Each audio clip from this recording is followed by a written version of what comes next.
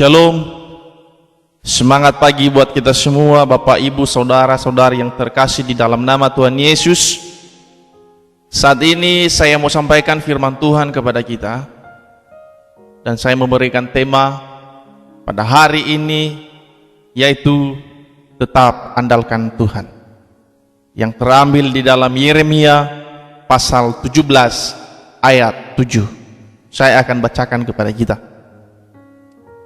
Tetaplah diberkatilah orang yang mengandalkan Tuhan, yang menaruh harapannya pada Tuhan.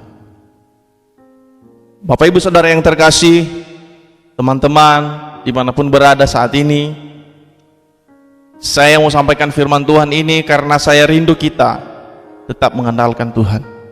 Saya rindu kita tetap dekat dengan Tuhan. Saya rindu kita tetap berdoa dan bersyukur kepada Tuhan. Oleh sebab itu, Bapak, Ibu, Saudara yang terkasih, firman Tuhan saat ini, banyak orang yang salah dan gagal dalam memahami apa yang diharapkan Tuhan dalam hidup kita. Banyak orang yang salah menaruh harapannya. Bahkan di ayat 5 sebelumnya dia mengatakan, terkutuklah orang yang mengandalkan manusia dan mengandalkan diri sendiri.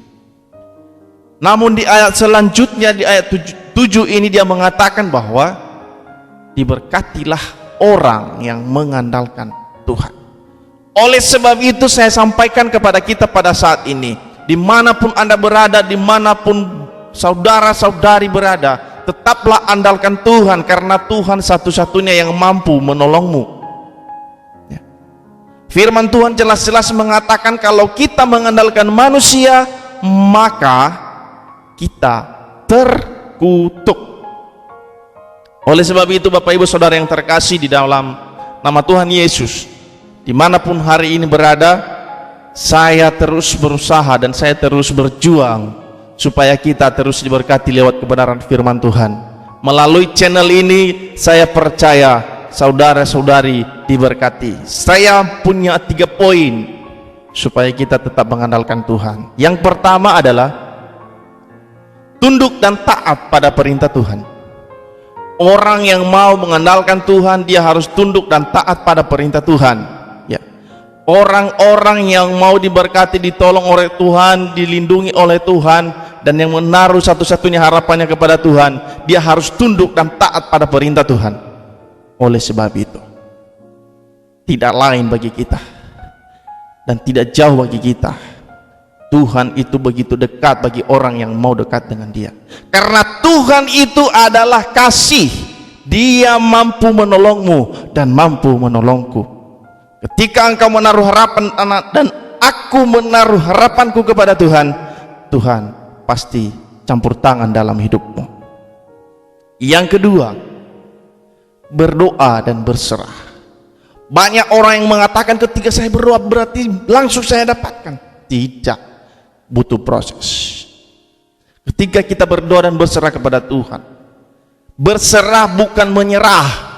Kalau kita menyerah berarti kita tidak mampu melakukannya. Tapi kalau kita berserah, Tuhan satu-satunya yang berdaulat atas kita, Tuhan satu-satunya yang bekerja atas kita, bukan lagi kita, bukan lagi diri kita. Diri kita terbatas. Misalnya kita mengandalkan, kalau ada di perusahaan, mengandalkan manajer kita. Suatu ketika manajer itu capek.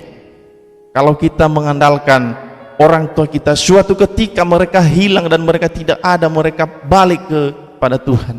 Tapi kalau kita mengandalkan Tuhan, dia itu, Allah itu, dia yang menciptakan segala-galanya. Dia Alfa dan Omega. Dia yang menjadikan kita ini. Jadi dia yang mampu melakukan segala sesuatunya dalam hidup kita. Oleh sebab itu, Bapak, Ibu, Saudara-saudari dimanapun berada, berdoalah dan berserah kepada Tuhan. Karena ujian-ujian yang kita alami di hadapan Tuhan, begitu banyak ujian yang diberikan kepada kita supaya kita dewasa. Kenapa kita harus berserah kepada Tuhan? Itulah tandanya kita tunduk kepadanya, karena dia satu-satunya yang mampu menolong kita. Yang ketiga adalah bekerja dan kerjakanlah bagian. Ada begitu banyak orang yang mengatakan, saya sudah berdoa, saya sudah berusaha, saya sudah berserah kepada Tuhan, tapi dia lupa. Apa sih yang kamu kerjakan? Apa sih yang sudah kamu kerjakan untuk Tuhan? Jadi Bapak Ibu Saudara yang terkasih, kerjakanlah bagian. Kalau kita hanya berdoa tapi tidak melakukan bagian kita, tidak mengerjakan bagian kita, maka berhentilah sampai di situ apa yang menjadi harapan kita.